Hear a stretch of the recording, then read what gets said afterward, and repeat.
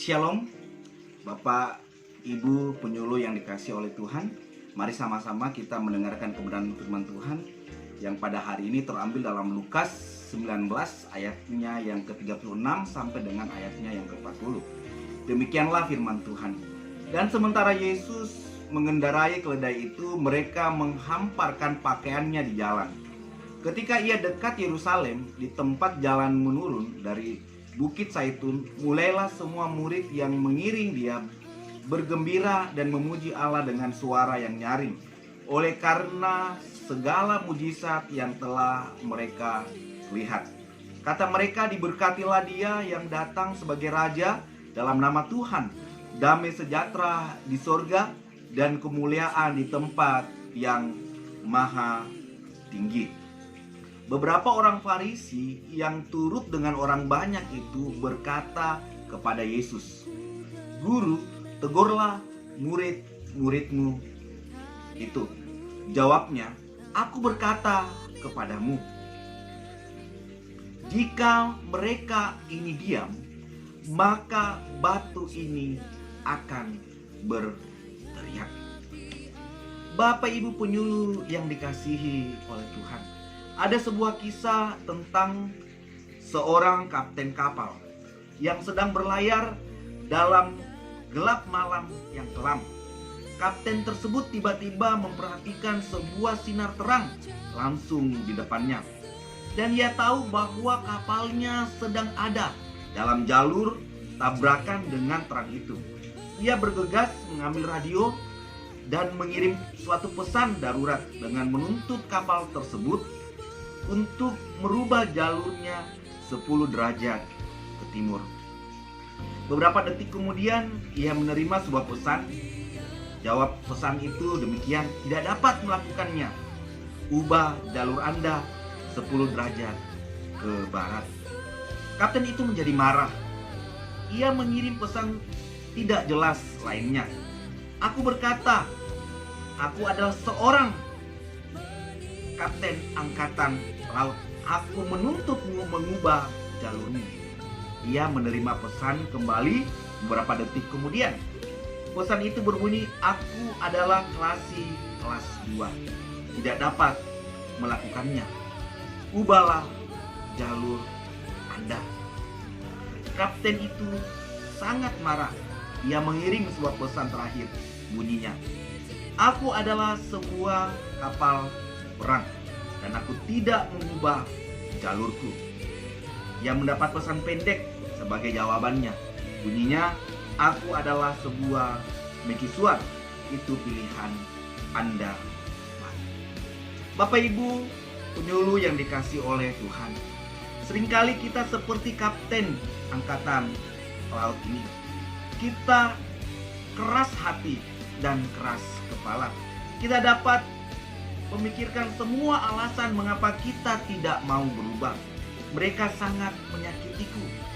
Mereka terlalu bersalah kepadaku, sehingga kita tidak mampu untuk mengampuni orang yang melakukan kejahatan terhadap diri kita. Kita sering berupaya ingin orang lain berubah tanpa berpikir dan mengakui serta bertindak untuk mengubah diri kita sendiri. Kisah ini bisa jadi pelajaran yang berharga untuk kita, bahwa memaksa orang lain dan lingkungan untuk berubah mengikuti keinginan kita, mungkin itu sesuatu yang sulit, seperti sulitnya menggeser mercusuar. Jelas itu bukan tindakan yang bijak. Bapak Ibu penyuluh yang dikasihi oleh Tuhan, hari ini kita akan merenungi kebenaran firman Tuhan yang saya beri tema batu yang berteriak. Dalam teks yang sudah kita baca tadi, dalam Lukas 19 ayat 36 sampai 40, dalam teks ini mencatat suatu peristiwa di mana orang-orang banyak mengeluh-elukan Yesus karena mereka melihat dan menyaksikan hal-hal yang luar biasa yang dilakukan oleh Tuhan Yesus. Tuhan Yesus membuat mujizat-mujizat bagi mereka yang sakit, memberikan ketenangan jiwa dan batin. akan firman yang disampaikan oleh Tuhan Yesus. Karena hal-hal inilah membuat orang banyak pada akhirnya mengikut Yesus dan menyembah Dia, serta mengeluh-elukan perbuatan-perbuatannya yang ajaib. Perbuatan-perbuatan Yesus dan kebaikan serta ajaran-ajarannya mulai disebarkan oleh orang-orang banyak dari mulut ke mulut. Pengaruh Yesus makin luar biasa. Melihat orang lain menyembah Yesus, melihat orang banyak memuji-muji Yesus, ada orang-orang Farisi yang berkata agar murid-murid dan pengikut Yesus itu diam untuk memuji-muji Yesus. Lalu kalimat yang menarik dilontarkan oleh Yesus kepada mereka.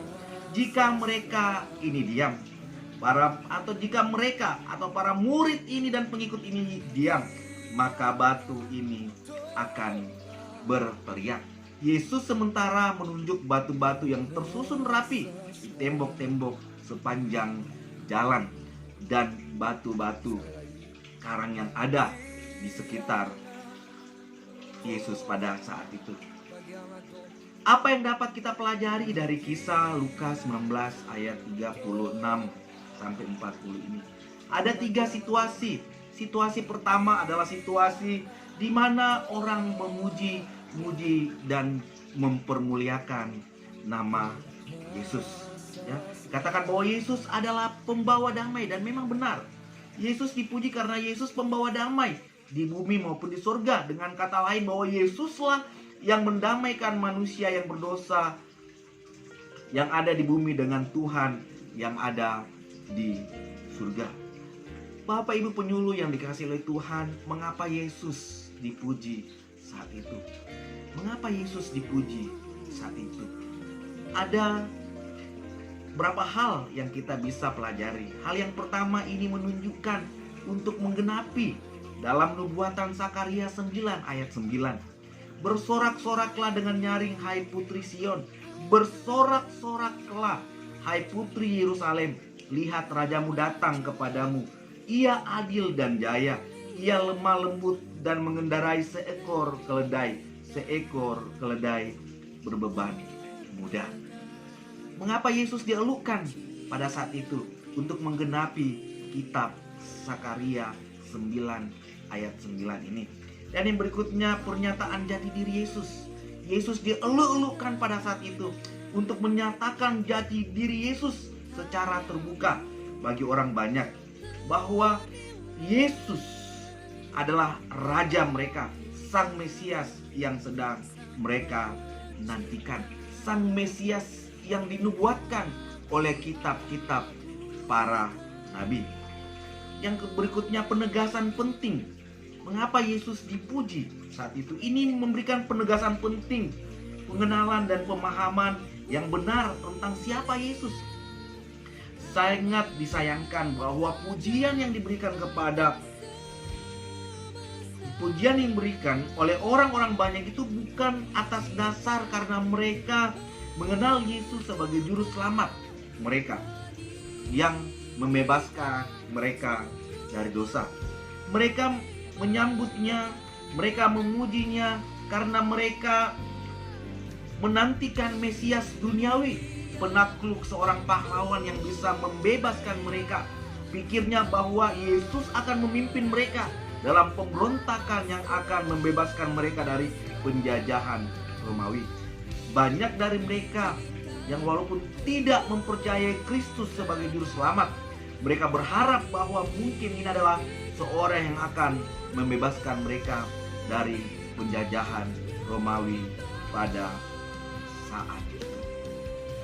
Situasi yang kedua yang dapat kita lihat, bahwa orang Farisi yang tidak senang melihat Yesus dipuji dan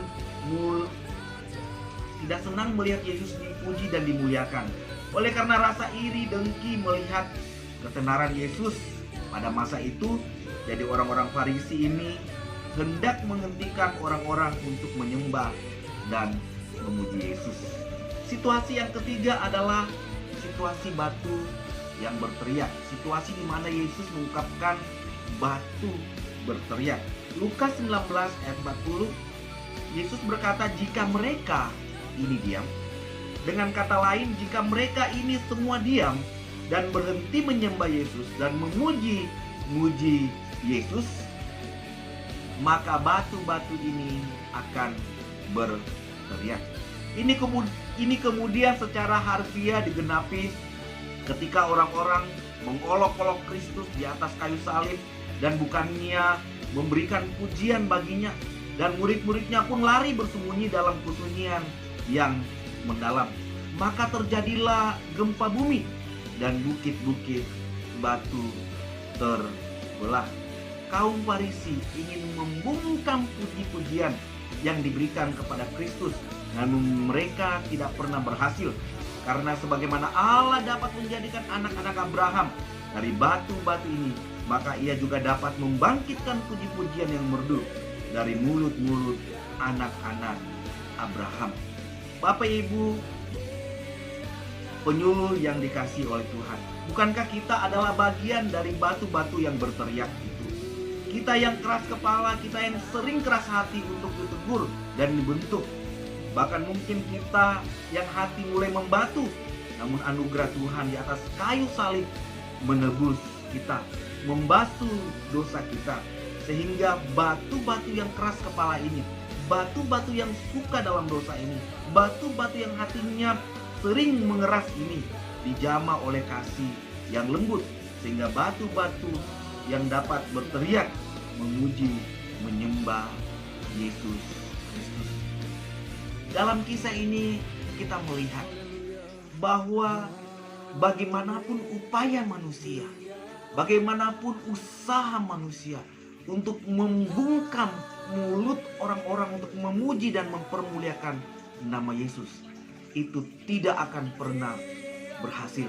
Karena Yesus mampu membangkitkan pemuji-pemuji, penyembah-penyembah yang menyembah Yesus di dalam roh dan kebenaran. Yesus bisa membangkitkan Bapak, Ibu, Saudara, dan saya, dan orang banyak lagi yang dari keturunan Abraham secara rohani, yang adalah orang-orang yang dipanggil Allah menjadi pemuji, penyembah Allah, yang menyembah Allah dalam roh dan kebenaran.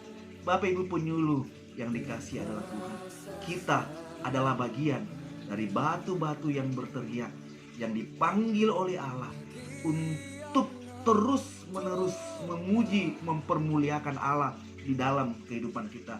Apapun kondisi yang sementara kita alami hari ini, pergumulan hidup apa yang sementara menimpa kita hari ini, kita tidak boleh berhenti untuk memuji dan mempermuliakan nama Tuhan.